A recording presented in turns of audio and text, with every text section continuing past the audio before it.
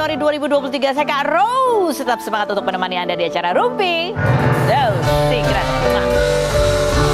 Daniel juga pojokan sana. Oke, baik. Seperti biasa kita ke pojokan dulu untuk bahas berita-berita yang hot, baik yang datang dari dunia nyata maupun dari dunia maya. Oke, ada berita apa yang menjadi highlight kita hari ini? Ini adalah update terbaru tentang kondisi kesehatannya Indra Bekti, begitu ya. Ini kita bisa pantau dari postingan Instagramnya istrinya, Dila, gitu ya. Yang beberapa hari terakhir ini banyak sekali menuai komentar yang kurang mengenakan gitu dari netizen terkait dengan adanya kegiatan untuk menggalang dana gitu ya. Tapi kita lihat dulu seperti apa sih kondisi Indra Bekti. Ada videonya dia ketemu sama anak-anaknya gitu ya. Jadi memang banyak hal yang nggak tahu gitu ya. Setelah beberapa hari menjalani operasi kan tidak lama kemudian Bekti sempat siuman, sadar gitu, sempat ketemu sama sama Indi Barens waktu itu juga ya. Tapi sesudah itu kemudian Dila juga sempat posting bahwa ya mohon doanya karena tidak ingin mendahului Yang Maha Kuasa, karena ternyata masih ada beberapa treatment juga yang harus dilalui oleh Indra Bekti begitu ya. Nah, ini video terbaru yang akhirnya di-share oleh sang istri. Kita lihat yang berikut ini. Ya, semoga cepat pulih ya Indra Bekti, bisa berkumpul bersama keluarganya di rumah gitu dalam keadaan bahagia. Dan buat siapapun yang lagi sakit, mudah-mudahan cepat sembuh, segera pulih gitu ya. Semoga bisa berkumpul juga bersama keluarga di Januari 2023 ini. Coba kita baca sekarang caption dari Dila ya, cerita gini ya. Ini memang ya kalau namanya orang lagi ada masalah, ada banyak gitu temennya masalah juga yang datang gitu. Sampai dia harus mengklarifikasi, dia bilang begini. Obrolan random bersama ayah, akhirnya bisa bertemu dengan anak-anak setelah sekian hari. Sebelumnya aku hanya bisa berkomunikasi lewat online yang alhamdulillah dibantu oleh mama dan bantuan dari keluarga tercinta dan hati yang ikhlas. Mas Bek pun sampai detik ini karena kondisi Mas Bek yang masih di ICU. Lanjut komentar berikutnya nih ya. Sedikit lanjut cerita, dia bilang ya, jalan Allah maha baik dan indah. Awalnya penuh kepanikan saat itu Mas Bek sudah dalam kondisi tidak sadarkan diri. Saat itu saya hanya berpikir bagaimana suami saya harus diselamatkan, dan sebagai istri saya pun masih ada khawatir soal administrasinya. Lalu sempat merasa lebih baik langsung dipindahkan saat itu ke rumah sakit lain yang sesuai kemampuan kami. Tapi itu bukan pilihan karena kondisi suami yang sangat berisiko untuk dipindahkan. Cara Allah maha baik. Dari awal kami selalu diberikan keyakinan dan semua pihak dokter yang gerak kerjanya gesit, dan saat kami kesulitan informasi semuanya bantu kami dengan baik dan penuh perhatian, dan kami memutuskan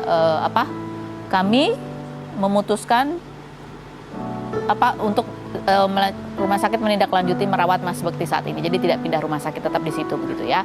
Karena ada banyak sekali tudingan kan ya, kalau nggak punya duit kenapa nggak harus dirawat di VVIP dan lain sebagainya. Tapi ternyata kan memang Bekti itu adanya di ICU gitu ya, masih harus diobservasi secara lebih dekat. Yang berikutnya gitu. Ada lagi komentar-komentar netizen. Nah, dengan dia share ini juga, ini kita capture beberapa komentar netizen yang memberikan dukungan gitu ya. Semoga cepat sehat, keluar dari rumah sakit, rezekinya berlimpah. Yang berikutnya ada lagi, alhamdulillah semoga terus membaik dan pulih kembali seperti sedia kala. Yang berikutnya, Allah tidak memberi di luar kemampuan kita, Kak Dila. Semangat Kak Bekti dan Kak Dila, begitu ya. Ada banyak orang yang kesusahan, yang kadang kita nggak tahu ya kesusahannya seperti apa, kenapa dia melakukan hal ini itu dan lain sebagainya. Tapi kalau buat saya pribadi, kalau ada orang sakit ya udah sih. Kalau misalnya kita nggak setuju dengan caranya, lebih baik diam aja daripada ngomong gitu. Ya, sebaik-baiknya diam aja, gak usah ngomong yang buruk. Menurut saya seperti itu. Walaupun Anda profesinya apa atau siapa gitu, tar aja lah. Ya, oke. Ini seperti ini contoh yang baik kalau menurut saya, Aldi Taher. Ini Aldi Taher kemarin juga dengan caranya, dengan gayanya yang unik begitu ya. Dia menunjukkan bukti transfer 10 juta dari hasil menjual gitar. Gitar yang menurut kisahnya ini adalah gitar yang menemaninya sejak lama, yang bahkan membantunya membuat beberapa lagu yang ikonik ya, seperti lagu Nisa Sabyan gitu. Terus lagu Rizky Bilar, Lesti gitu ya, dan bahkan dia juga menjual jam tangannya. Sebelumnya juga Aldi Taher juga sempat marah begitu ya. Dia bilang kenapa sih orang tuh komentar negatif gitu. Indra Bekti itu adalah juga orang yang sangat perhatian terhadap orang lain. Beberapa tahun dia aktif di dalam kegiatan untuk memberikan bantuan kepada penderita kanker ya, salah satunya dengan gerakan untuk menggunduli rambut gitu, untuk mengumpulkan dana. Jadi ya begitulah ya, kadang udahlah kalau orang udah timpa kesusahan, ya kita memberikan yang terbaik aja. Yang berikut kita langsung menuju ke bintang tamu kita yang pertama ya. Ini ada juga kisah seorang anak dari sejak usia 12-13 tahun begitu. Dia merawat ibunya begitu ya. Ibunya dalam kondisi yang betul-betul seperti putus harapan gitu, sampai akhirnya selama 12 tahun gitu ya, hidup tanpa listrik, tanpa air di rumah yang begitu besar yang ibunya tidak berkenan itu untuk dibersihkan, sampai akhirnya mendapatkan bantuan untuk perawatan kesehatan sang ibu, walaupun sang anak ini Tiko juga masih nggak tega gitu melihat ibunya apa ya istilahnya masih emosional gitu menghadapi perubahan dalam kehidupannya. Seperti apa kisahnya? Kita lihat dulu profil mereka berikut ini.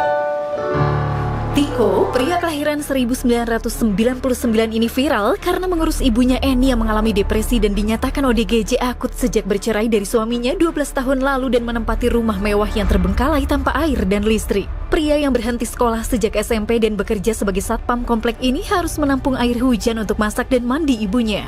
Salah satu yang membantu Tiko adalah Pratiwi Novianti, mantan pramugari yang beralih menjadi YouTuber dan pemerhati ODGJ yang menghubungi dinas sosial untuk mengevakuasi Bu Eni agar mendapat perawatan di RSJ, walaupun Tiko sempat menantang karena tidak tega. Novi bersama relawan lainnya juga membantu membersihkan rumah Tiko agar kembali layak dihuni. Benarkah setelah viral tidak ada keluarga Tiko yang menghubungi? Dan bagaimana cara Pratiwi Novianti tetap fokus membantu orang lain saat ayahnya dirawat karena cedera pada mata? Saksikan kisah selengkapnya hanya di Rumpi No Secret. Oke, kita sudah bersama dengan Tiko dan ini Mbak Novi. Ini Mbak Novi ini kita sering beberapa kali ya wawancara ya. Adalah seorang aktivis yang banyak sekali membantu istilahnya apa? ODGJ begitu. Dan ini yang terakhir adalah mengenai kisah Tiko dan ibunya.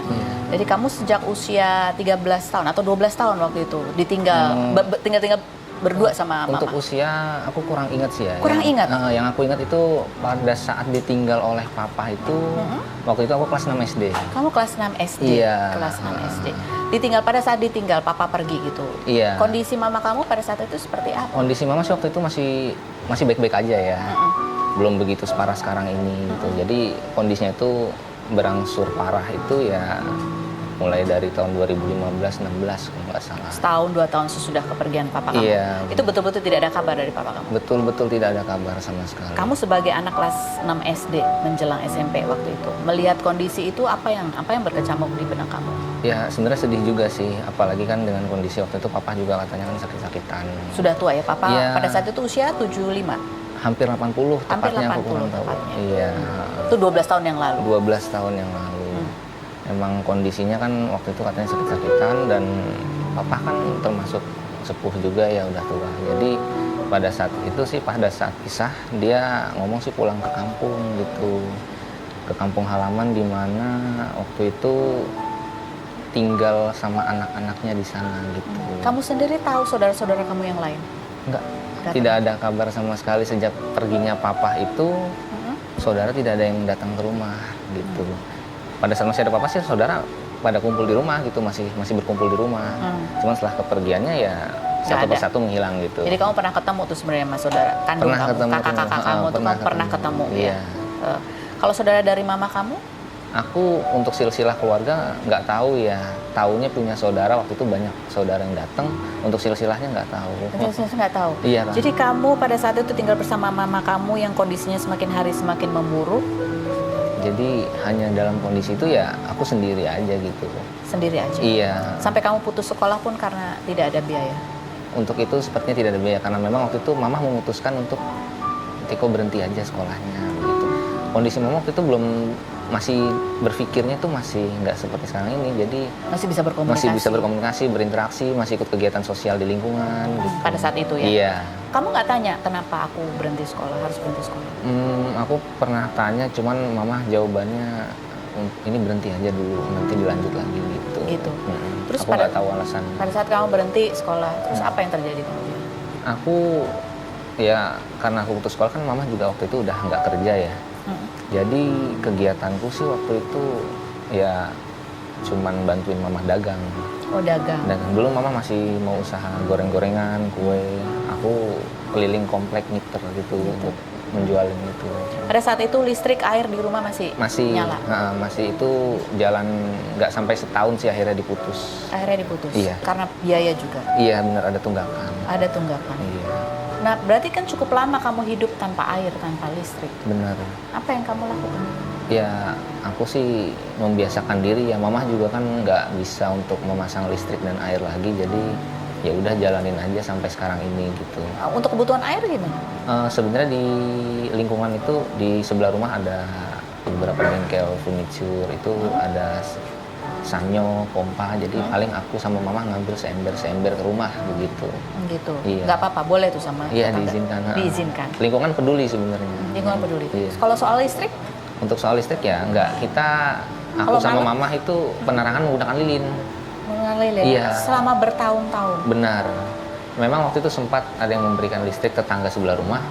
Hanya listrik cuman sekedar satu stop kontak aja dari sebelah rumah tuh narik kabel. Cuman ya nggak lama, mama bilang nggak usah daripada ngerepotin gitu. Oke. Kamu merasa kondisi mama semakin buruk, semakin sensitif, semakin emosional itu berapa tahun terakhir kira-kira? Kurang lebih 5 tahun terakhir ini ya, 5 atau 4 tahun terakhir ini. Apa? Memburuknya seperti apa? Mama itu lebih sensitif, lebih gampang emosi. Gampang emosi. Emosionalnya itu gampang tersinggung gitu. Apa pemicunya biasanya? Nggak ada sebab. Jadi kadang mama tuh suka halusinasi, marah sendiri gitu.